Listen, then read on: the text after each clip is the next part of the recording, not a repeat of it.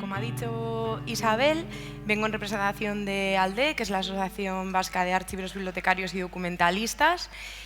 También estoy en la Junta Directiva de FESAVIZ y coordino el Observatorio para la Defensa de la Profesión, que bueno, es el grupo de FESAVIZ que está un poco más sensibilizado con las condiciones laborales, etc.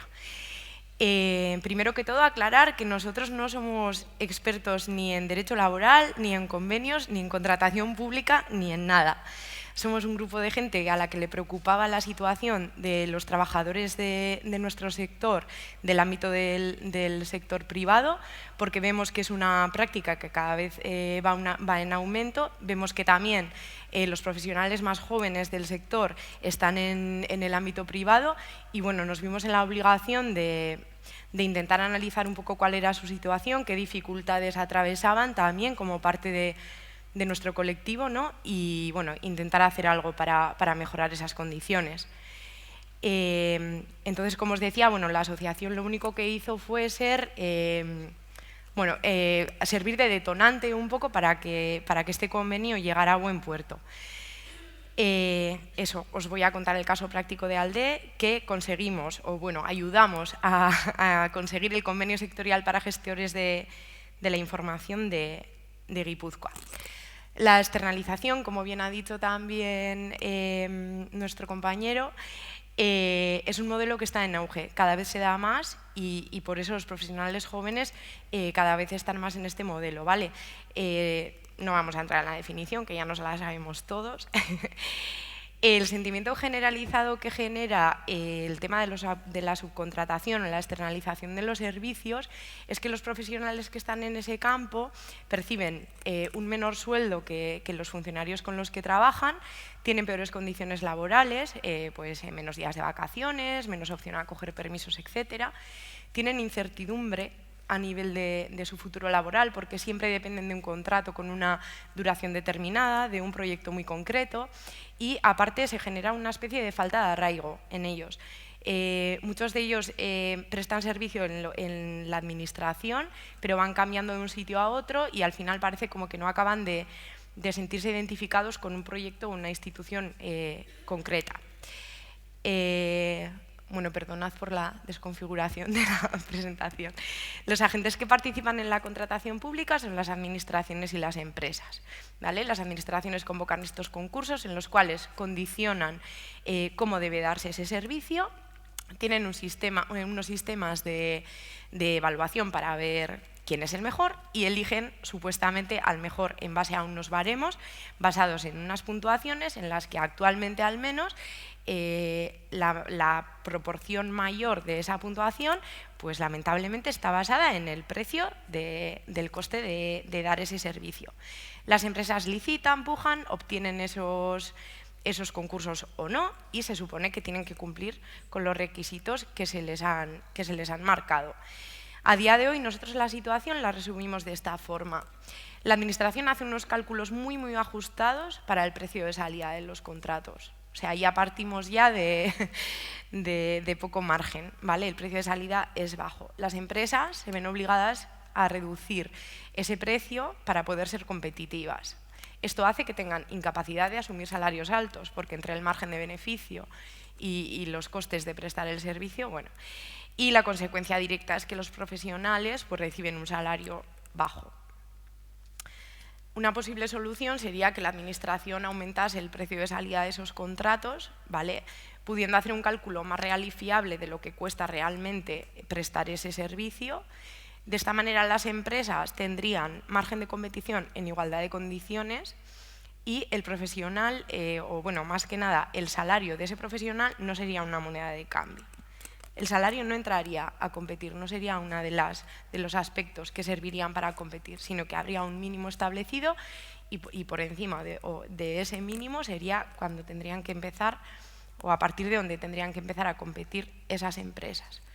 La administración tiene una necesidad de ahorro, o eso parece, nunca hay dinero, y menos para la cultura. Y es verdad que tiene una imposibilidad de valorar cuál es el precio de nuestro trabajo y cuál es el coste real de desempeñar nuestro trabajo. Porque no hay una herramienta legal que diga pues cuánto vale, simplemente. Entonces, nosotros aquí lo que vimos fue que el convenio sectorial podía ser una solución como herramienta que marcase ese mínimo por debajo del cual no podría trabajar nadie en nuestro sector.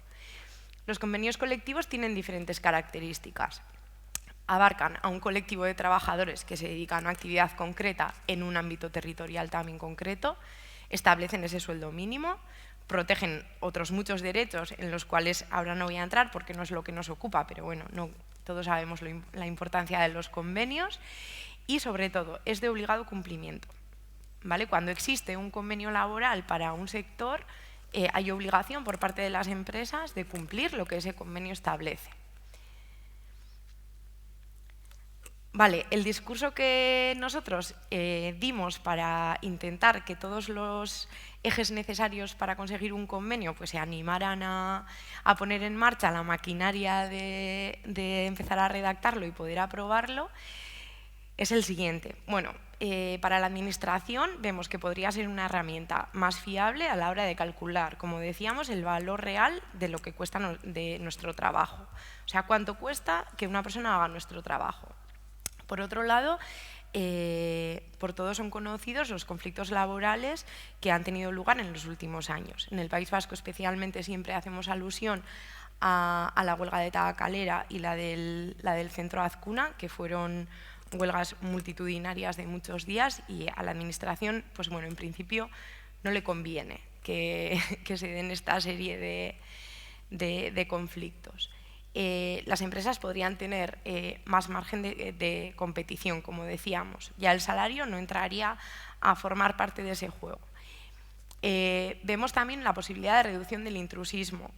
Si todas las empresas tienen que pagar lo mismo, empresas generalmente multiservicio que no respetan las normas del juego y que consiguen los contratos tirando los salarios o yendo con los salarios a la baja, bueno, pues no lo tendrían tan fácil para entrar en un sector que a todos nos gustaría que fuese quizá más especializado. Y por otro lado conseguirían retener el conocimiento. Si el empleado está contento, tiene unas buenas condiciones, pues bueno, se va a mover menos y se va a establecer un vínculo, ¿no?, más a la larga entre empresa y trabajador. Y bueno, los profesionales son los grandes ganadores, que tendrían un salario pues, bueno, más digno por lo que hemos visto en este año de aplicación que lleva el convenio, y una protección de derechos que les aporta ese convenio. Bueno, viendo que entonces que el convenio podría establecer ese salario y que podría ser una solución a una situación que se estaba dando, pues nos pusimos manos a la obra, y con el discurso que os acabo de explicar, pues empezamos a mover hilos y a tocar puertas. No hicimos otra cosa, no teníamos una varita mágica, muchas horas, muchas horas. Lo primero que hicimos fue contactar con todos los sindicatos, sin excepción. A todos se les dio la oportunidad de reunirnos, de explicarles quiénes somos y qué hacemos, porque no saben que existimos, no saben que somos un sector y no saben lo que hacemos. Entonces, bueno, ahí hay un trabajo importante. Se les explicó el caso y cuál era la situación de nuestro sector, y sobre todo se les solicitó también asesoramiento, porque como hemos dicho, nosotros no éramos expertos en nada, solo teníamos ilusión y ganas. También contactamos con todas las empresas, ¿vale? En este caso del territorio de Guipúzcoa, luego veréis por qué fue el territorio elegido por la asociación, ¿vale? Bueno, hicimos una búsqueda por actividad en ese ámbito territorial y se contactó también con todas, sin excepción, intentando concienciarles sobre los beneficios que para ellas, como hemos dicho, intrusismo, retención del conocimiento, etcétera, pues podía tener este tema. Y por último, bueno, pues con el personal, ¿no?, el mayor posible beneficiado, y bueno, pues que también se les quiso involucrar en el proceso. Vale, ¿por qué elegimos Guipúzcoa? Bueno, pues este era nuestro escenario, ¿vale? Teníamos un ámbito territorial abarcable, una provincia pequeña, que conocíamos bien y que más o menos controlábamos, con no muchas empresas dadas de alta en nuestra actividad, etcétera. Era manejable. había una mayoría empresarial comprometida. ¿Vale? Para entrar a negociar un convenio hace falta una patronal. Una patronal que se puede asociar solo, única y exclusivamente con el objetivo de negociar este convenio. No les implica ningún tipo de cuestión más allá de esto.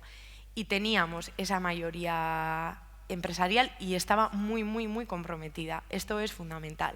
Sin el apoyo empresarial y sin patronal nos falta una pierna o una silla en esa negociación. Hubo un sindicato que estuvo muy interesado y que fue proclive a asesorarnos y a emprender un proceso de este tipo, y los profesionales también tuvieron buena predisposición. Una vez de que nosotros pusimos a estos 3 agentes en marcha, nuestra labor como asociación terminó.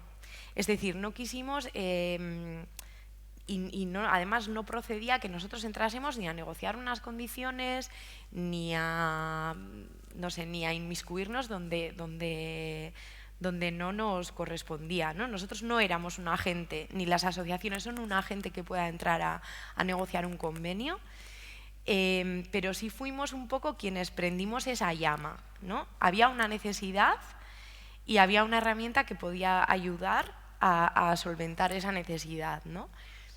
Y era un reto, bueno, muy difícil, y es muy, muy difícil, pero el escenario que teníamos, bueno, ayudaba y decidimos intentarlo. Salió bien. No quiere decir que replicar el modelo sea fácil, porque las circunstancias que os he comentado de empresas proclives y tal, y sindicato que esté a favor y tal, bueno, pues no es fácil de conseguir. Generalmente, por nuestra experiencia, los sindicatos no eran muy favorables de empezar a negociar nada en un sector con un volumen de empleados pequeño en comparación con otras actividades o con otros sectores profesionales. Esto fue una barrera que tuvimos que traspasar. Y todavía queda mucho por hacer.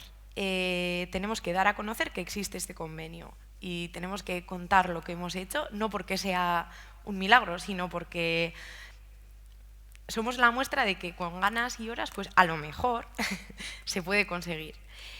Tenemos también que concienciar a la administración, tiene que empezar a utilizarlo para hacer sus cálculos y tiene que darse cuenta de que subcontratar no es ahorrar, eso sobre todo, y que no es el mejor el que menos cuesta, que tienen que empezar a utilizar otros baremos para medir la calidad de los servicios, que no puede ser solo el precio. Las empresas tienen que empezar a aplicarlo y, sobre todo, el personal al cual no se le aplica tiene que denunciar. Las asociaciones no tenemos potestad legal para denunciar a una empresa que no aplica el convenio o que no paga según ese convenio. Es el trabajador, como persona directamente afectada, quien tiene que iniciar este trámite. Entonces, ¿se aplica al 100% este convenio en Guipúzcoa? Pues no. No, es así de triste, pero no. Aun sabiendo que se les puede denunciar y que, bueno, que tienen las de perder, hay empresas que todavía juegan con esto. Hay que animar al personal a exigir esa aplicación y a iniciar los trámites necesarios en caso de que esto no se cumpla, porque si no, el convenio será papel mojado. Entonces es responsabilidad de todas y de todos, cada uno en nuestro papel, que todo esto llegue a buen puerto. Y nada, muchas gracias a todos.